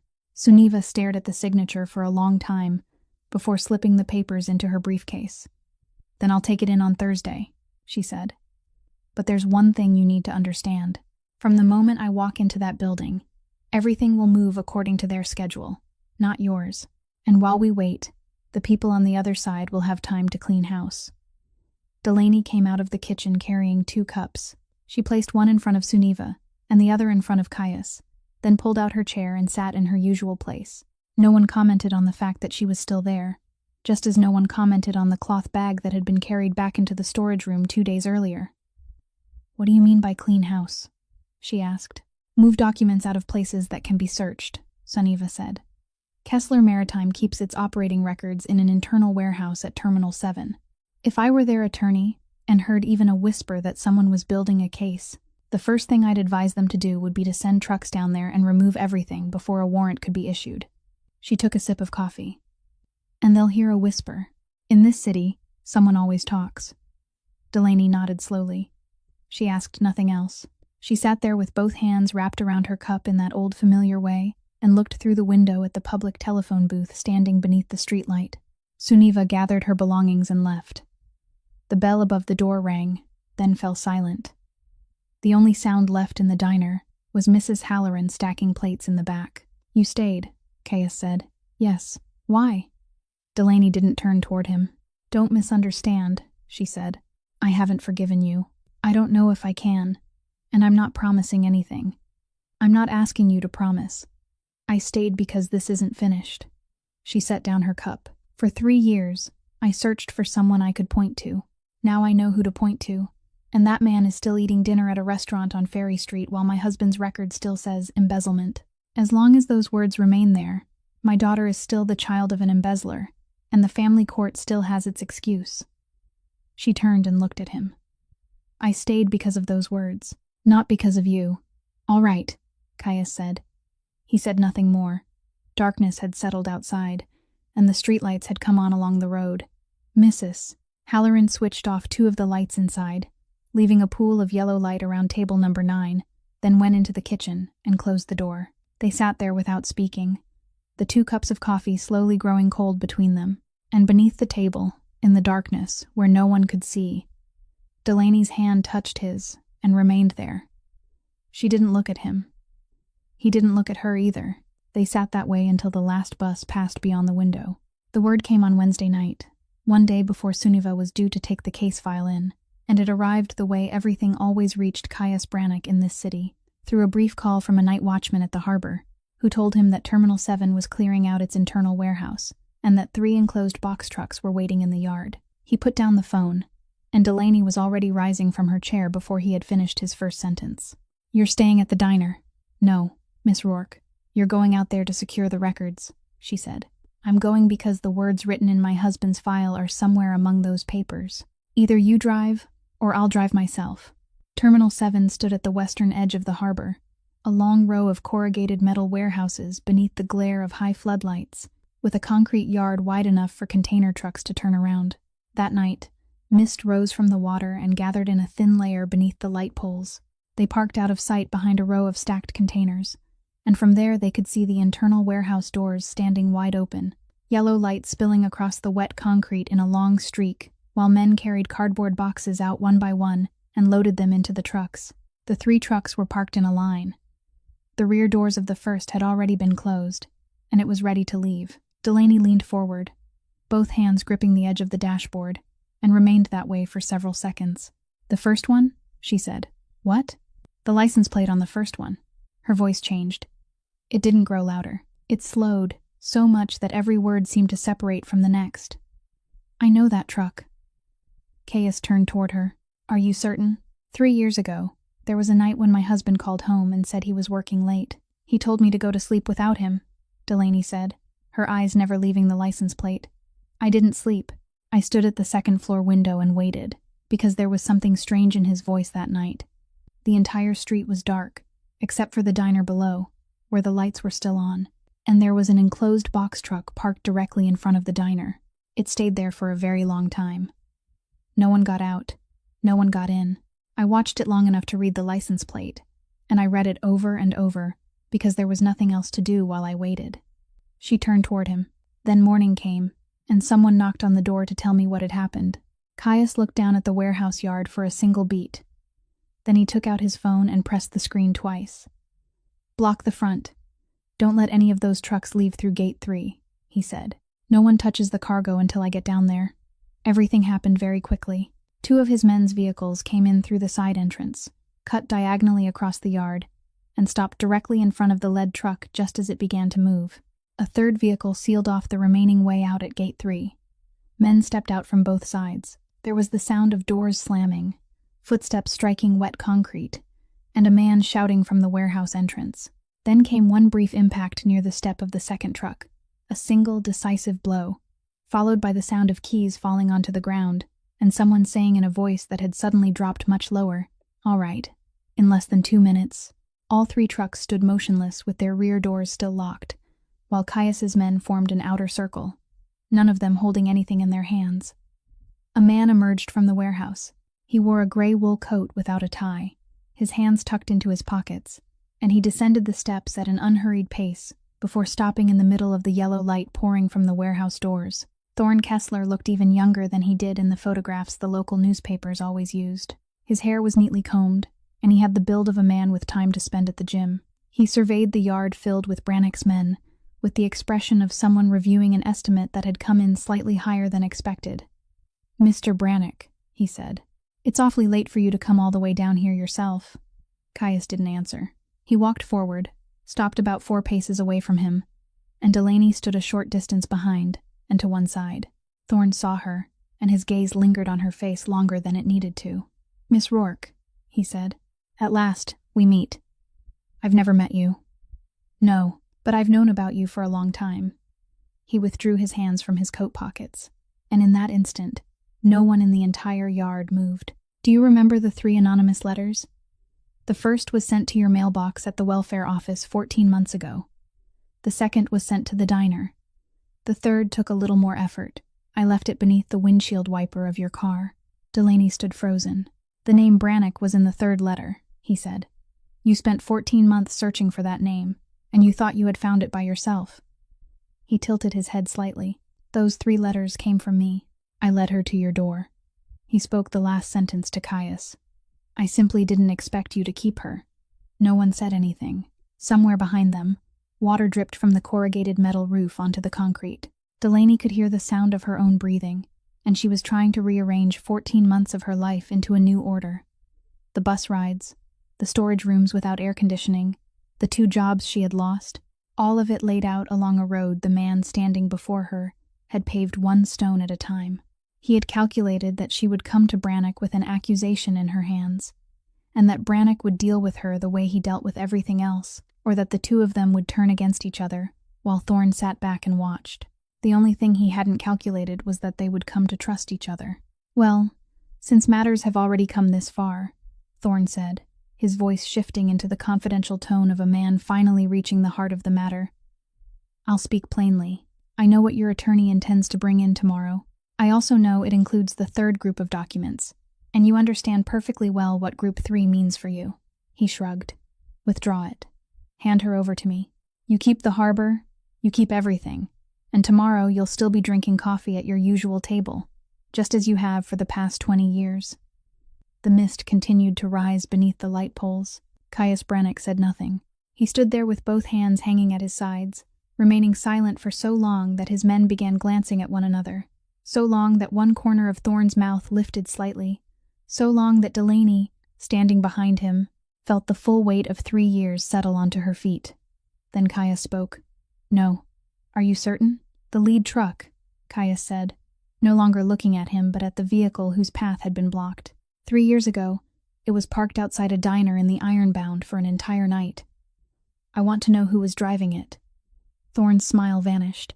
At that exact moment, red and blue light swept across the yard, flashing over the walls of the containers, across faces, and through the puddles. 2 patrol cars entered through Gate 3, their lights revolving without sirens. The door of the first car opened, and Inspector Odell Price stepped out, holding a radio in one hand, his coat rumpled, his eyes moving across the entire yard before finally coming to rest. He didn't look at Thorne Kessler. He didn't look at the 3 trucks standing motionless with their rear doors locked. He looked directly at Delaney Rourke. Price read the order aloud in the middle of the yard, his voice even and just loud enough for everyone there to hear, stating that a complaint had been filed alleging the fabrication and planting of records for the purpose of falsely accusing a business, that Kessler Maritime was the named complainant, and that Mrs. Delaney Rourke was required to accompany them so the matter could be clarified. When he finished, he folded the paper and slipped it into his breast pocket, and throughout the entire motion, he didn't look at Thorne Kessler even once. Caius's men began to move. He raised 2 fingers beside his waist, and every one of them stopped. "Aren't you going to say anything?" Thorne asked. "Not to you," Caius replied. He turned toward Delaney, and she had already extended both hands in front of her. "Don't do anything," she said to him very softly. "There are 30 people watching. Whatever you do now will be written into my record tomorrow." She looked directly into his eyes. "I already lost my little girl once because of a piece of paper." Caius remained still. In 20 years, no one had ever been taken away in front of him without his intervening, and his men knew it, and Price knew it too, which was precisely why he was gripping his radio more tightly than necessary. But Caius merely nodded once. He let them take her to the patrol car. He stood there, watching it leave through Gate 3, its revolving lights sweeping across the walls of the containers, and only then did he turn to his men and say in his ordinary voice that the 3 trucks were to remain exactly where they were until someone from the prosecutor's office arrived to seal them, and no one was to touch the cargo doors, including him. He arrived at the station 30 minutes later. He pushed open the glass door, and the conversations in the duty room faded with every step he took, not all at once, but one after another, like rows of lights being shut off in sequence. A sergeant rose from behind his desk. 2 more officers in the corner stood with him. The desk officer looked up and opened his mouth to ask what he wanted, then realized who he was looking at, and changed the question into a greeting. No one dared fail to greet him. Caius walked to the counter, placed both hands on the wooden surface, and said only that he wanted to know which room Mrs. Rourke was being held in, and whether her attorney would be allowed to see her. Then he took out his phone, stood in the middle of the duty room with roughly 15 police officers watching him, and called Suniva Alto. That was all he did. He didn't mention anyone's name. He didn't say a single word about the wife or children of anyone in that room, though he knew enough to do so with half of them. He sat down on the row of plastic chairs reserved for relatives, between an elderly woman waiting for her child and a young man nodding off to sleep. And he remained there for nearly 4 hours like anyone else. Suniva arrived with an inventory of documents in her briefcase and a copy of the record sealing the 3 trucks, which she had managed to have signed by the prosecutor on duty before dawn. By the time daylight had fully broken, the accusation had collapsed into nothing more than a witness statement, because the material Kessler Maritime claimed had been planted was sitting inside 3 trucks that had been sealed in the presence of a federal prosecutor. Delaney was released in the middle of the morning. She signed the papers, collected her wallet and phone, walked through the duty room, and when she reached the parking lot, she told Suniva to go on ahead because she wanted to sit for a while. She settled into the driver's seat of her car, closed the door, and turned on her phone. There were 4 missed calls from a number with a Trenton area code and 1 voice message from the legal aid attorney assigned to her. She listened to the entire message twice. Her daughter's paternal relatives had filed a petition in family court to terminate the existing visitation schedule, citing the fact that the visiting parent had just been drawn into a criminal investigation and that the environment was no longer considered suitable. The review hearing had been scheduled for the following month. The attorney said Delaney should prepare herself because petitions like this were often granted. Delaney lowered the phone into her lap. The morning parking lot was flooded with sunlight. Car horns drifted in from the main road, and beyond the fence, someone was spraying water across the sidewalk in front of a store. She didn't cry aloud. She sat motionless with both hands resting on the steering wheel and thought of the 2 circles drawn in blue ballpoint ink on the calendar page, folded into quarters inside her wallet, and of how, beginning the following month, there might not be any circles at all. A soft knock sounded against the window. Caius stood outside. She lowered the glass by about a handspan. "They filed to end my visitation," she said.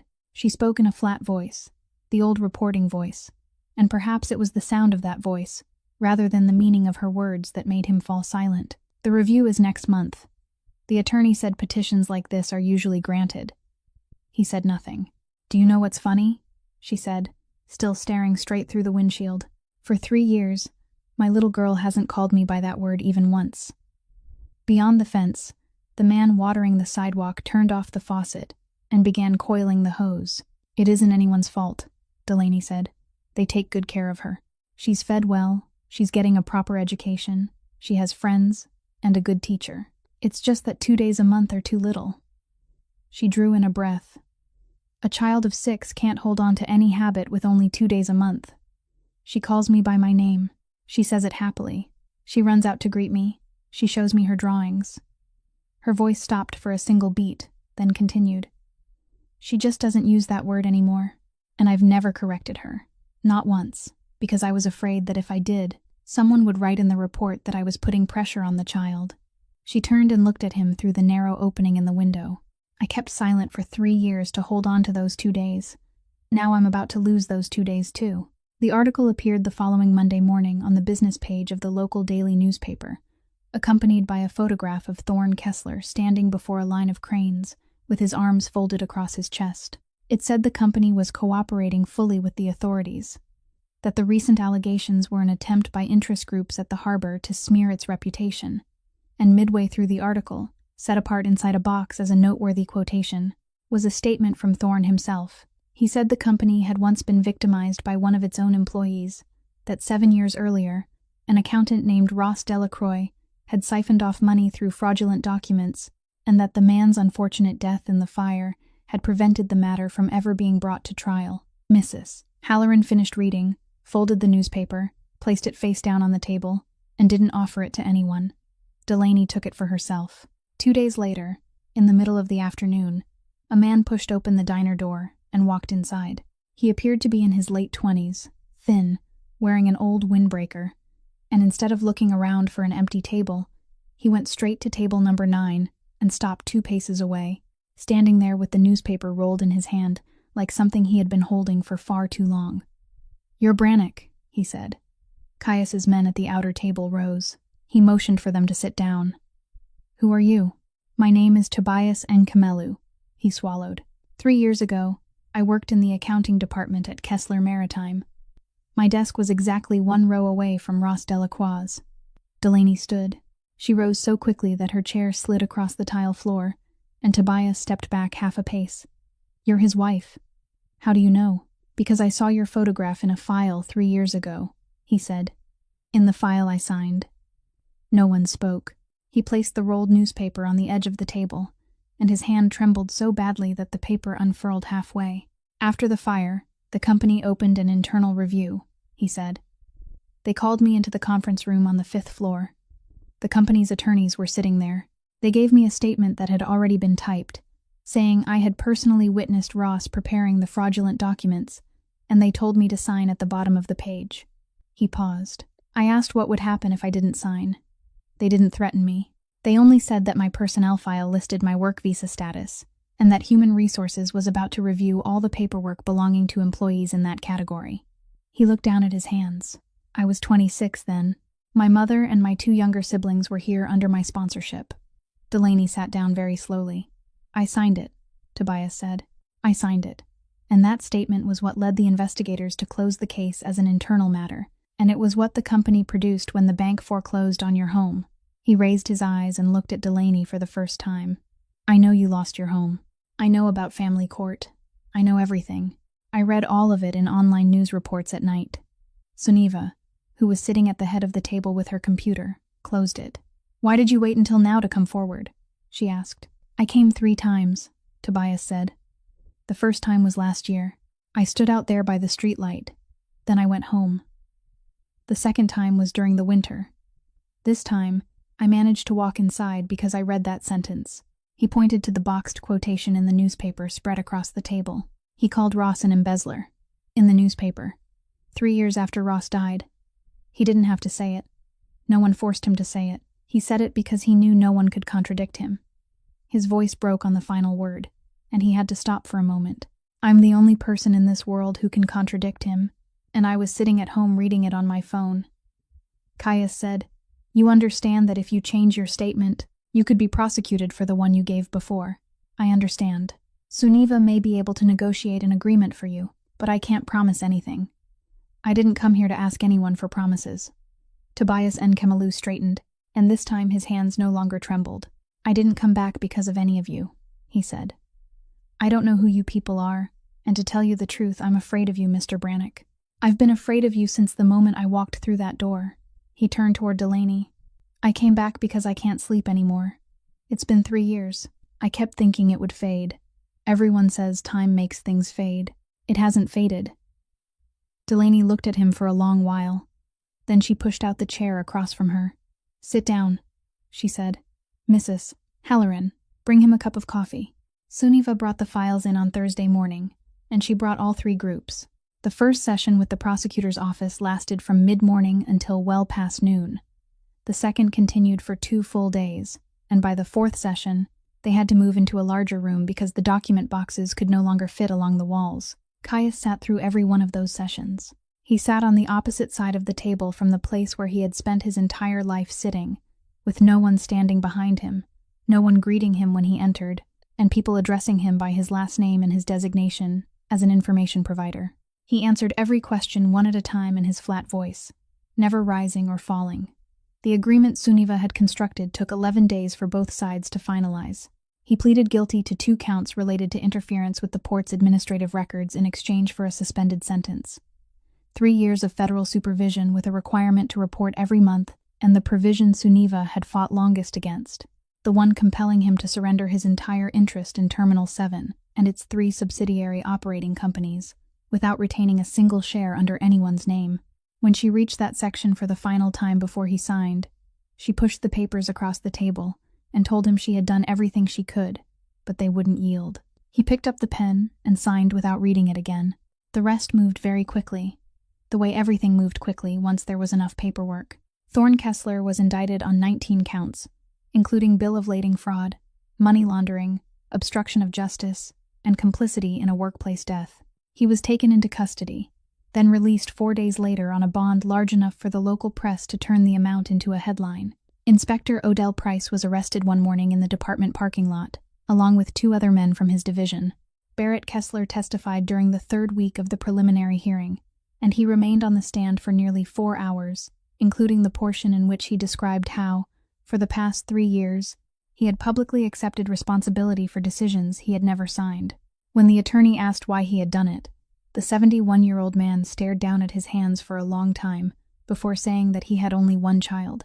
The Kessler Maritime Fire case was reopened at the request of the prosecutor's office, and a revised finding was issued 6 weeks later. It didn't say that Ross Delacroix was innocent. It stated exactly what the records showed, that he had signed off on 3 sets of fraudulent documents while under pressure, that 4 months later he had voluntarily sent a letter reporting the matter to federal authorities, in which he had disclosed his own share of responsibility, that the testimony Tobias and Kemalu had given at the time had been obtained under threat and had now been withdrawn, and that the reason the victim had been unable to escape the building was that the rear emergency exit had been locked from the outside. On the final line, beneath the notes, a short sentence stated that the embezzlement allegation against him had been dismissed as unfounded. Delaney read the revised finding at table number 9, from beginning to end in a single sitting, then folded it and said nothing for the rest of that afternoon. She hadn't demanded that they write that her husband was blameless. She had only wanted the records to tell the truth about the man he had been. A man who had entered because he was afraid, and had found his way back out because 2 people were waiting for him at home. And now that was exactly what they said. On the final evening before the files were boxed and transferred into storage, Suniva sat at the diner reviewing the inventory one last time, matching every box against the list. She was nearly finished when she stopped, turned the inventory sheet over, and looked up. "1 file is missing," she said. Caius didn't answer. "Group 3, Item 7, she said. "The list of off-book expenditures from the past 5 years. I entered it into the inventory 2 weeks ago. Now it isn't in the box." He took a sip of coffee. "When did you remove it?" "Tuesday night." "Do you know what kind of act that constitutes?" "I do." Suniva set down her pen. She looked at him for a long time, and beneath the diner's yellow lights, she appeared even more exhausted than she had on the morning she hauled 3 boxes of records out of the basement in Camden. "You gave them 20 years, she said. "You even gave them that signature in the margin when no one in this world could have forced you to surrender it. You lost the harbor. You lost the company. And every month you have to report to federal supervision. Then you held back exactly 1 file." She wasn't asking as his attorney. "Why?" Caius set down his cup. Beyond the window, the night bus passed with its interior lights glowing and almost no one seated inside. "Because I still have to live in this city," he said. Suniva studied him for 1 more beat. Then she picked up her pen, crossed Item 7 off the inventory, and continued counting the boxes. The trial was set for the fall, and while he waited, Thorne Kessler went on living as though nothing had changed. He was free on bail with an electronic monitor around his ankle, permitted to travel anywhere within the county, and during the 2nd week after his release, he appeared at a fundraiser for the City Scholarship Fund.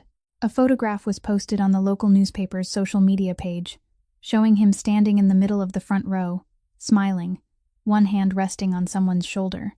Suniva brought the newspaper to the diner that evening, but she didn't open it.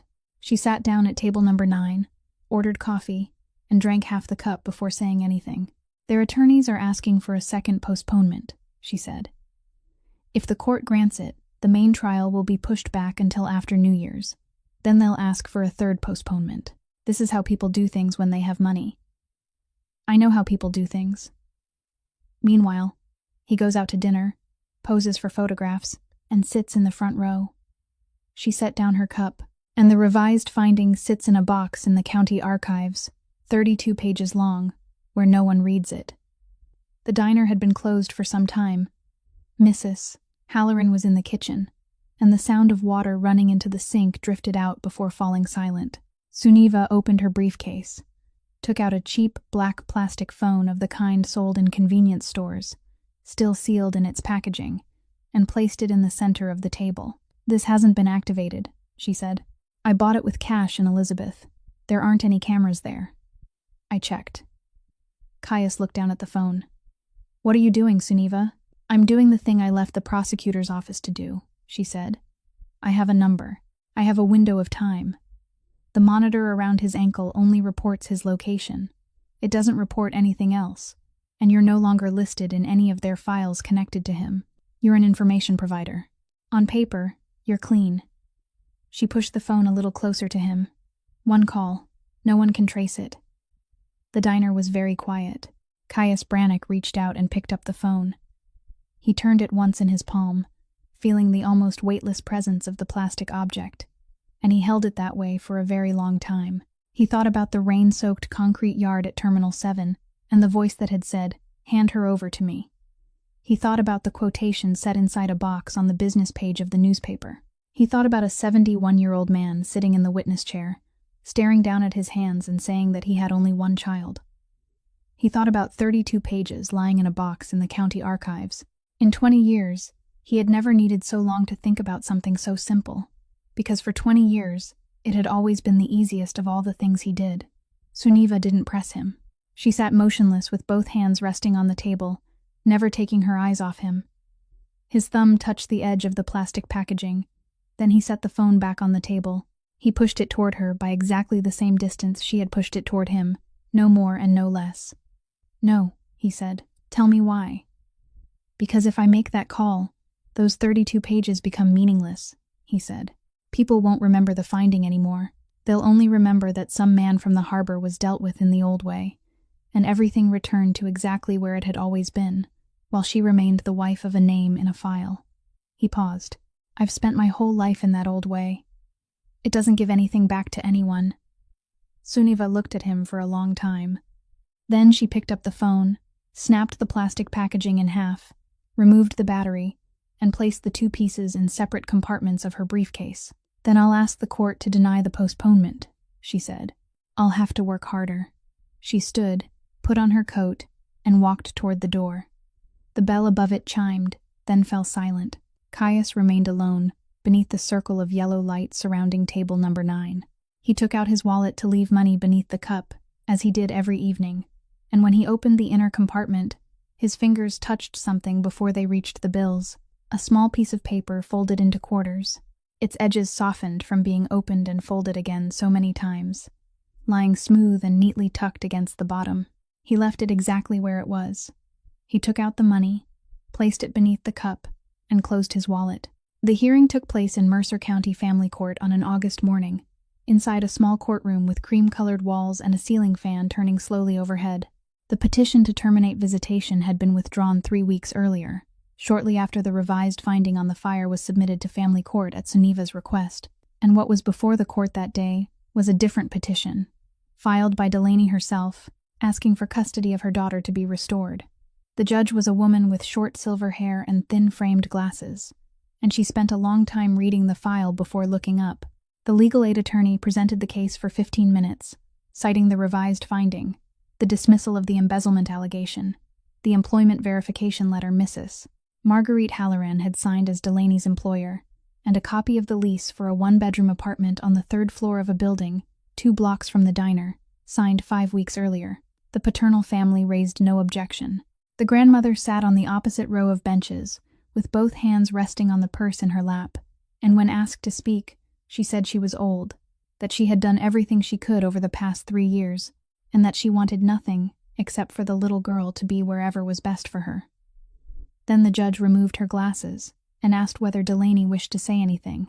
Her attorney leaned toward her, ready to offer a reminder, but Delaney was already on her feet. She held no paper. No one had written a single sentence for her. "Your Honor, I stood in this courtroom 3 years ago," she said. "That time, I said my husband was innocent, and I had nothing in my hands to prove it, and the court entered into the record that I was unstable. I don't blame the court. If I had been sitting where you are, I might have written the same thing." The ceiling fan continued its slow turning overhead. "Today, there is a document stating that he did something wrong, and that 4 months later, he went forward of his own accord and confessed to that wrong, knowing he would lose everything. I haven't come here to tell the court that my husband was a perfect man. He wasn't. I've come to say that my daughter isn't the child of an embezzler, and for the past 3 years, she has grown up inside a file that told the wrong story about her father." She paused for a beat. "I also haven't come here to say that I'm a better mother than her grandmother. She cared for my daughter for 3 years when I couldn't, and I'll owe her for that for the rest of my life." She looked toward the opposite row of benches and bowed her head ever so slightly. The grandmother didn't look up, but her fingers tightened around the strap of her purse. "I'm asking the court for only one thing," Delaney said. "For the past 3 years, I've been allowed to see my daughter 2 days each month. I came every single time. I never missed one, not even during the months when I had to sleep in my car so I could save money for gas. I'm not asking anyone to give me those 3 years back, because no one can do that. I'm only asking to be there for the ordinary mornings when she goes to school, evenings when she does her homework, the days when nothing happens at all." Her voice remained flat, the old reporting voice, but it grew hoarse on the final word. She's about to start first grade. I want to be the person who ties her shoelaces again if they come loose on the way to school. She sat down. The judge said nothing for a long while.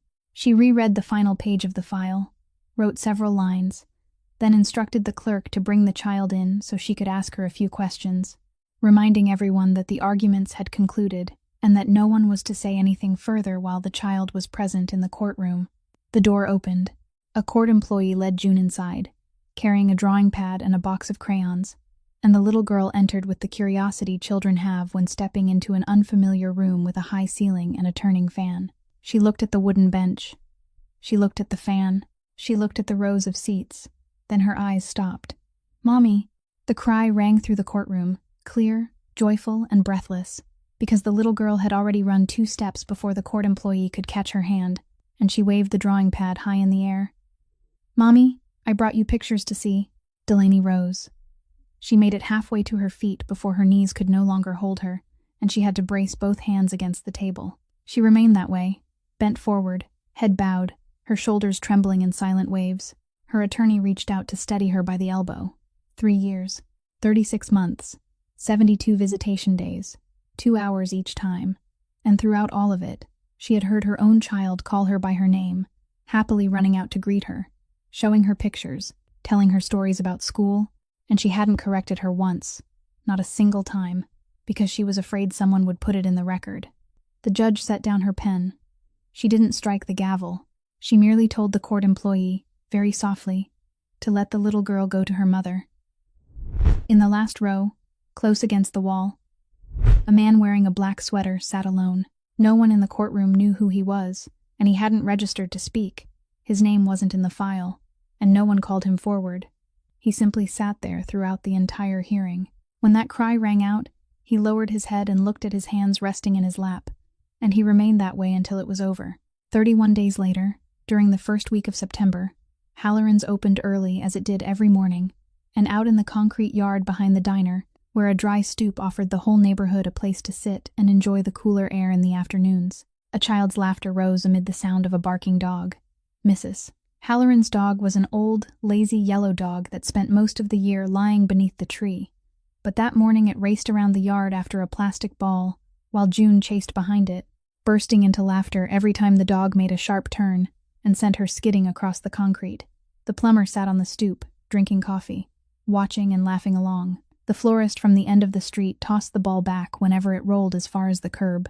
The little girl wore her new school uniform, her backpack propped against the leg of a chair, and the laces on her 2 sneakers were tied into matching bows, tied by her own hands and checked twice before she left home. Inside the diner, Caius Brannock sat at table number 9. He still sat with his back to the wall, still kept both exits within sight, even though the habit no longer served any purpose. He no longer had Terminal 7. He no longer had the 3 operating companies. At the harbor, people had stopped speaking the old name they had once been afraid to say aloud, and once every month, he drove downtown, sat for 20 minutes in a small room with a metal table, signed a piece of paper, then drove home. Delaney came in through the front door, still holding the keys to the 3rd-floor apartment in a building 2 blocks away, and she walked straight to table number 9 before stopping at the head of it. "Today is her first day," she said. "She woke up before I did." She was already sitting at the kitchen table before daylight, wearing her backpack on her shoulders and waiting. She set the keys on the table. "I think I've found a place where I can begin again." Caius looked at her. Then he reached out and pulled back the chair across from him. She sat down. Mrs. Marguerite Halloran came over with the coffee pot, filled his cup, then turned upright the cup in front of Delaney, and filled that one too, without asking either of them a single question. She set down the pot, wiped her hands on her apron, and before returning to the counter, she looked at the 2 of them and gave one quiet nod. Outside in the yard, the laughter rose again, followed by the dog's barking as it gave chase.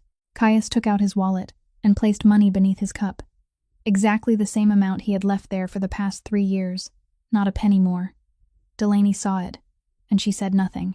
She merely wrapped both hands around her coffee cup in that old familiar way, and beneath the table, in the darkness where no one could see, her hand found his and remained there.